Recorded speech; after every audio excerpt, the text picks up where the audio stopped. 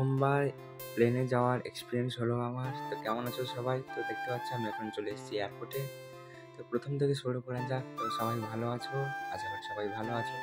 তো দেখতে পাচ্ছ আমি এখন চলে এসেছি এয়ারপোর্টে। তো এয়ারপোর্টে আমি চলে এসেছি কারণ আমি যাবো আমার বন্ধুর বাড়ি আগরতলা, কলকাতা। তো আগরতলা চারটি হচ্ছে। তো এখন আমার বোর্ডিং পাস হয়ে গেছে। তো এখন বসে আছি প্লেনের অপেক্ষায়। তো আমাদের বোর্ডিং পাস 14 নম্বর গেটে পড়েছে। তো তারপরে আমাদের বোর্ডিং পাস হয়ে গেলে আমরা চলে আসলাম প্লেনের ভেতরে।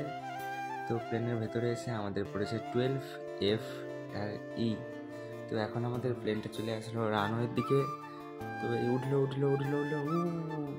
উপর থেকে যে প্লেনটা থেকে কলকাতাতে যে কি সুন্দর লাগছিল, কি করে বলবো তোমাদেরকে বন্ধুরা।